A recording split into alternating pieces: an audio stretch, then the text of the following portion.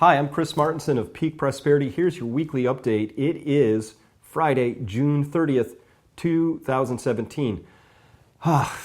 There's times when you really like being right, and there's other times when it's not really good to be right. And so here's an article that I put out in 2015. It's called Suicide by Pesticide. And in there, we came to the conclusion, using simple logic, simple deduction, some of the data that already exists out there, that the immense colony collapse disorder we're seeing in both wild and domesticated bee populations was due to neonicotinoid pesticides. This is a really bad class of pesticides. If you don't know what they are, you can coat a single kernel of wheat, oat, corn, something with this pesticide, plant that seed, and by the time that plant is fully grown, it has enough of this stuff in it that it's so toxic that any insect eating it dies. That's how toxic it is. Worse, there was evidence already in 2008, but by 2015 when I was writing this, that the neonicotinoids are persistent, water-soluble, get in the soil, stay there for years, meaning that other plants can take them up. Even if the insect doesn't get killed right away by touching this stuff, it's messed up. Its digestion doesn't work, its homing systems are off base, the whole insect gets really destroyed. Now, here's what we know. There's been a 40% decline in insect populations by weight, by number, however you want to measure it, in the last 10 years. And this has happened all across Europe. It's happened in the United States. What could it be? We fingered neonicotinoid pesticides. Well, just yesterday, it was announced that two major studies had come out which had come to the conclusion that neonicotinoid pesticides are responsible for the bee, wild and domesticated bee declines that we've been seeing. Landmark studies, really fairly robust studies, come to really strong conclusions around all of this. So this is what we know. Now, the neonicotinoids got banned in Europe the minute they got the first readout of data. That's what a healthy culture does. If you discover that you have, this isn't a targeted pesticide, this is a biocide. It kills not only all the insects it touches, but the birds that eat the insects that are touched by this. It kills life. It's a biocide. So what would a healthy culture do when you have even the first indication that you are broadly destroying the ecosystem from the bottom up, at the bottom of the food chain? I'll tell you what a healthy culture would do, is they would say, stop. We don't care if some company makes a few bucks off of this stuff. And by the way, it's like $1 billion or something like that, or maybe less. So for the sake of a few bucks for a big company like Bayer or Syngenta, so they can make a couple extra dollars, so farmers can be lazy and just sort of broadly apply this stuff so they don't have to deal with a tiny bit of insect damage. That's what we're willing to do because, hey, somebody's making money at it. Welcome to the United States of America. So let me just read you a couple of quick pieces in here because this is just astonishing to me.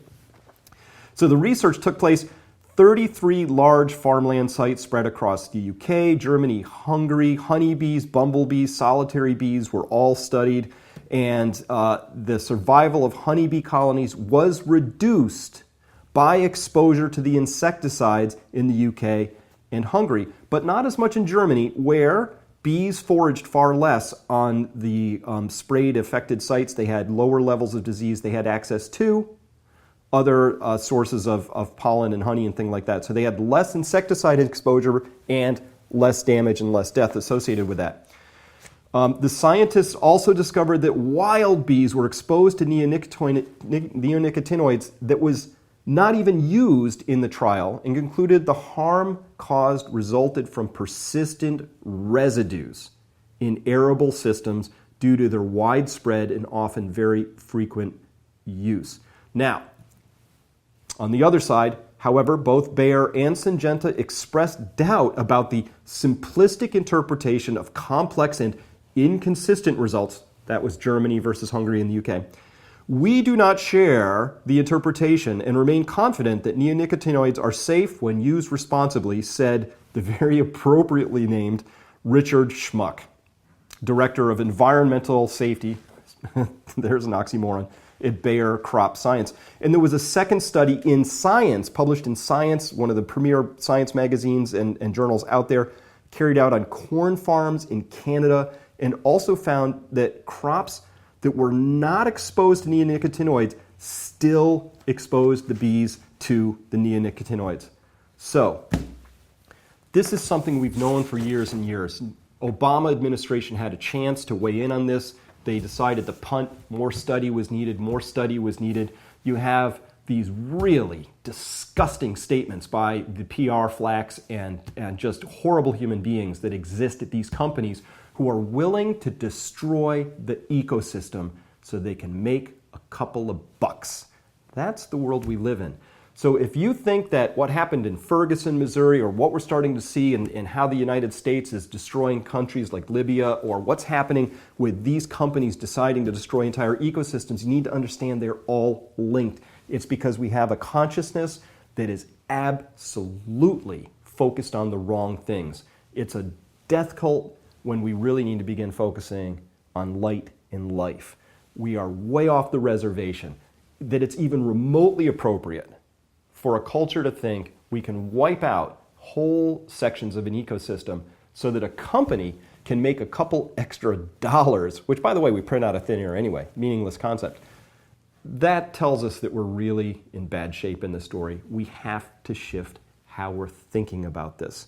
So I really invite you to read first what we wrote way back in 2015, got that right. We got Fukushima right. We do it simply by just using our brains.